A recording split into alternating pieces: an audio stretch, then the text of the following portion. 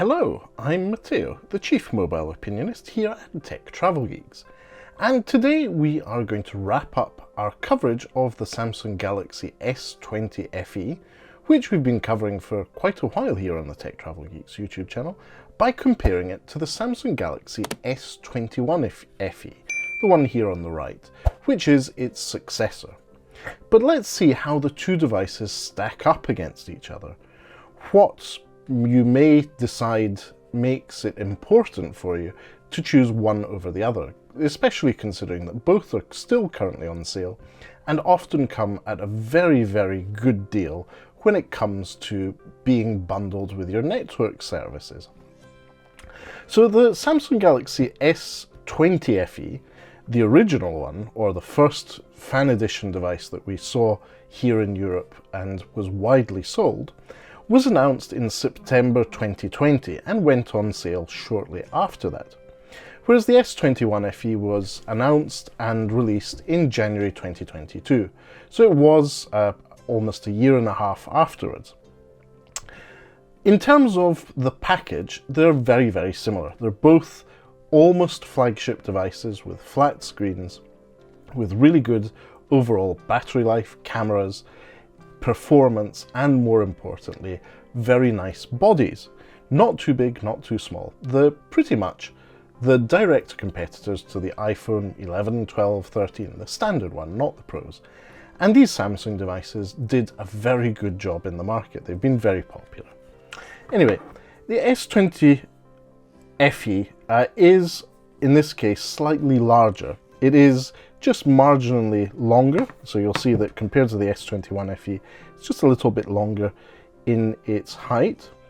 It is also exactly the same width as the S21 FE, and there is also something to be mentioned in terms of the thickness. The S21 FE is slightly slimmer, so they've managed to slim things down just marginally with the S21 FE. The S20 FE is still a very handleable phone.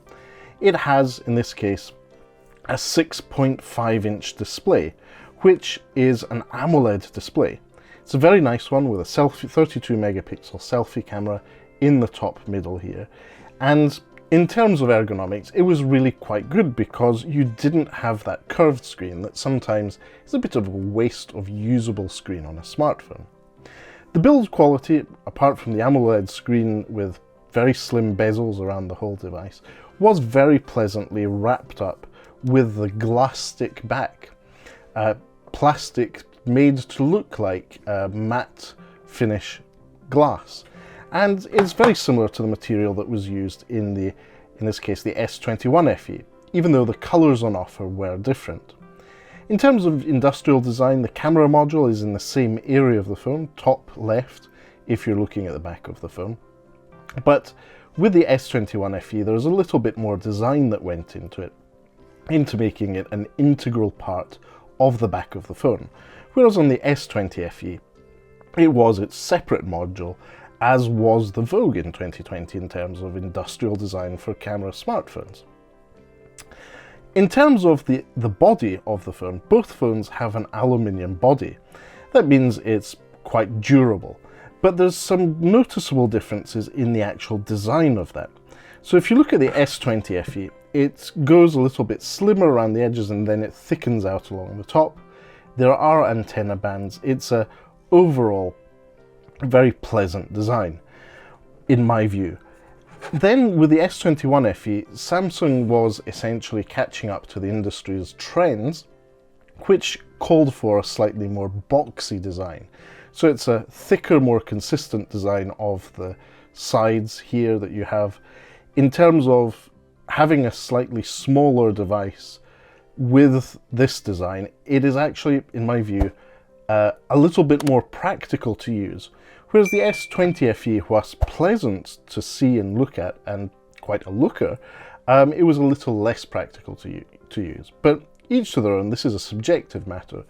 It is noticeable having them side by side how much that design difference makes a difference. And when we go back to the design, obviously there's a difference in size. The S21 FE, the green one here on the right, actually has a smaller display. It's a 6.4-inch display, but despite that smaller size display, it's the same resolution, so you get slightly higher pixel density. And another thing to bear in mind is that with the smaller size, they've managed to fit in the same battery, because both devices have 4,500 milliamp hour batteries. Those are relatively large. They give you pretty decent all-day battery life, and both charge with Samsung's standard, which is super fast charging. Now, I would argue that that's a lot of marketing speak. In reality, it's 25 watt charging. It's faster than Basic's power delivery, but it's not a lot faster than that. And especially in a market where much less expensive phones give you much faster charging, I think Samsung are falling behind in this space. We'll need to see what they do in 2023 with regards to charging. Both devices did not come with a charger in the box, as far as I recall, but they're USB Type-C, standard chargers, so you get what you need for charging, and it's a pretty widely used standard in the industry. So having chargers, you probably already have some lying around, or it's really easy to get your hands on some. Whilst we're here, obviously we have USB Type-C ports at the bottom of the phone.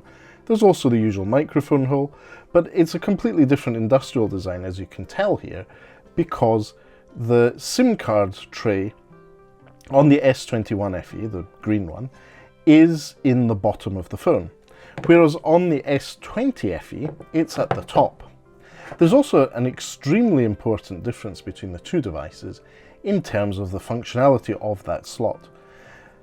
The Samsung Galaxy S20 FE, the 2020 model, it has the capability of expanding its storage with a micro SD card.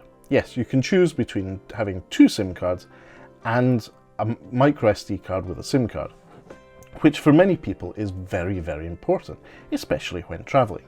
Whereas the S21 FE does not have expandable storage. You're stuck with the storage that comes with the device. In my case, it's 128 gigabytes.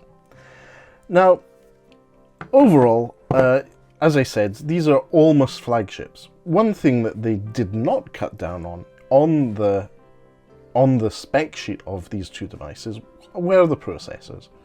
So the Samsung S20 FE used the Qualcomm Snapdragon 865 processor. This was an octa-core processor that was, at the time, the flagship chipset from Qualcomm. It was a 7nm chipset, and it supported 5G. It's also important to remember that the S20 FE had a 4G variant, so same phone but with 4G, which was running on a Samsung Exynos chipset. Meanwhile, as far as we're aware, here in the UK, the Samsung S21 FE had a Snapdragon 888 5G chipset. Globally, depending on the market you're in and which network operator you're with, you may have been sold another version of the device which had an Exynos, a Samsung own brand chipset, which also supported 5G. So no difference between the two.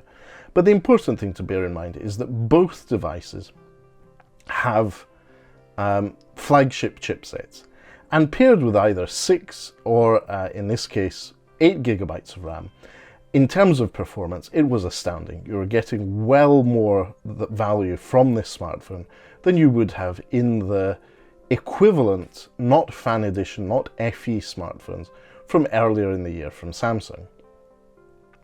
Now, we mentioned storage. Obviously, that's one thing to bear in mind. But one thing that you don't really think about that much when buying a smartphone is maybe the overall usability of it in terms of its display, its cameras. And I have to say, both devices were extremely usable, in part thanks to those inbuilt fingerprint scanners in the display. So I'll just show you on the S21 FE.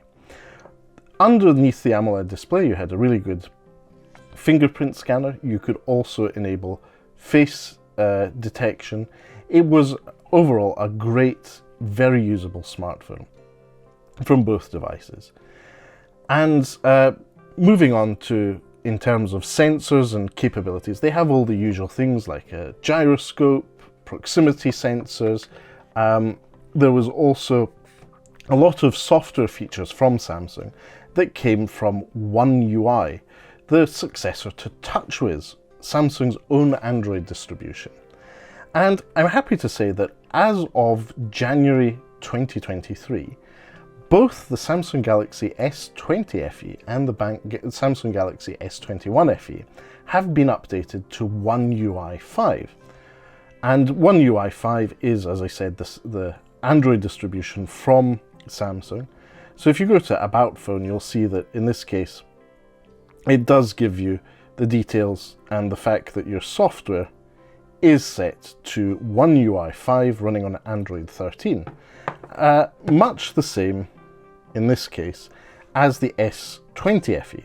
So great to see Samsung keeping up the software updates, One UI 5, Android 13. It's really great to see Samsung look after their product portfolio in terms of software updates. And those software updates don't just apply to the operating system. There are also a slew of Samsung apps, such as the photo editor, which brings some extra features to the table, some that we had previously only seen on devices such as the Google Pixel smartphones. Now you'll see the camera modules, we mentioned them earlier, they're part of a different industrial design generation on generation. They're laid out in a very, very similar manner, and on paper they're pretty much the same. I compared some pictures side by side, there's no real big difference. The only thing I would say is the S21 FE had, at the beginning of its software releases, a slightly better overall computational photography engine that gave some more pleasant pictures.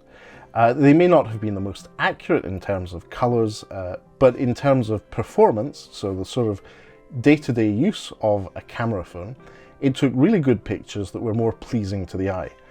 The S20 FE in a way caught up with the S21 FE over the course of its lifetime. So in terms of cameras, you have a 12 megapixel main sensor on both of them.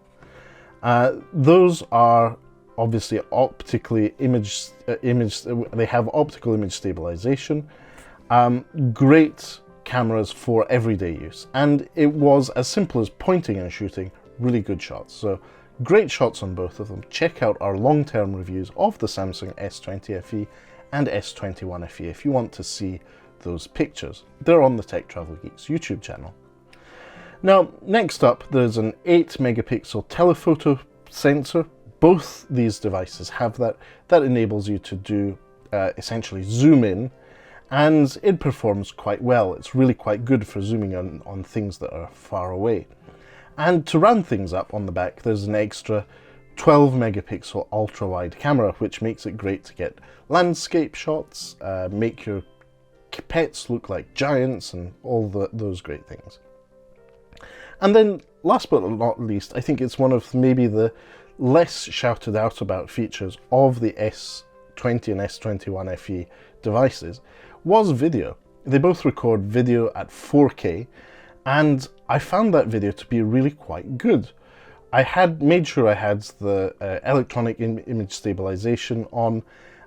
In general, the video and more importantly the sound from both the Samsung S20 FE and S21 FE has been very, very good.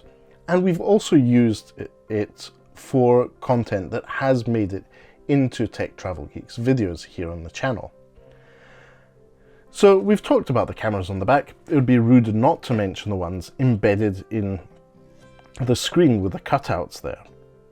Now, these 32 megapixel cameras, which are in the center of the screen, can do face recognition for unlocking the screen, but they can also take really good pictures and videos. Now, they seem not to have autofocus, but they are capable of recording 4K video. For a relatively small sensor like this, that's great, but not the best out there, especially when comparing it to something such as the iPhone 14 Pro. but there are different categories of devices, nothing to be worried about.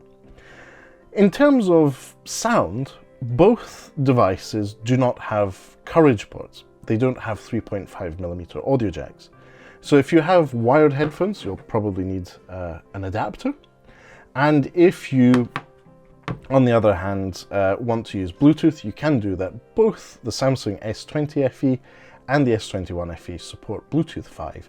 So great for pairing them with devices such as the Samsung Galaxy Buds Live that we reviewed here on the Tech Travel Geeks YouTube channel, as well as any other set of Bluetooth earphones. So sound-wise is great. Only downside here is that the sound coming out of the stereo speakers comes out of a speaker on the bottom here and the earpiece at the top. So it's a bit lopsided in terms of sound. It's exactly the same on the S21 FE. You have a speaker on the bottom of the device and the earphone speaker becomes a speaker.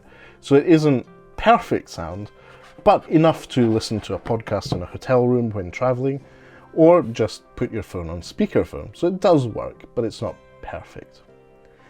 So overall, I'd say both devices are great. If you're wanting a little bit more longevity, or to have the more modern design, the S21 FE is the one to go with. There's not that much of a difference in price at the moment. On the other hand, if you're looking for a smartphone that does have expandable storage, the S20 FE is the one to go for. Considering Samsung's going to be giving both devices plenty of love when it comes to software updates as their life cycles continue, I would definitely recommend the S20 FE if you're looking for a device with expandable storage. But if you want something that will last a little bit longer in terms of software and security updates, the S21 FE is the no-brainer. Anyway, we've covered pretty much every feature of these two smartphones. We hope you've enjoyed this quick comparison between the Samsung Galaxy S20 FE 5G and the S21 FE 5G. I will be saying goodbye to the Samsung Galaxy S20 FG shortly. It's been a great smartphone, but it's time to move on. Anyway, if you don't already, please do subscribe to the Tech Travel Geeks here on YouTube. We cover consumer electronics, gadgets, accessories, smartphones, anything we think makes the travel experience better. And if you have any questions, if you'd like to know more, feel free to leave a comment in the section below. Let us know what your thoughts are between these two smartphones and what you think is the best, or what makes little or no difference between the two. But for now, thanks for watching and goodbye from me.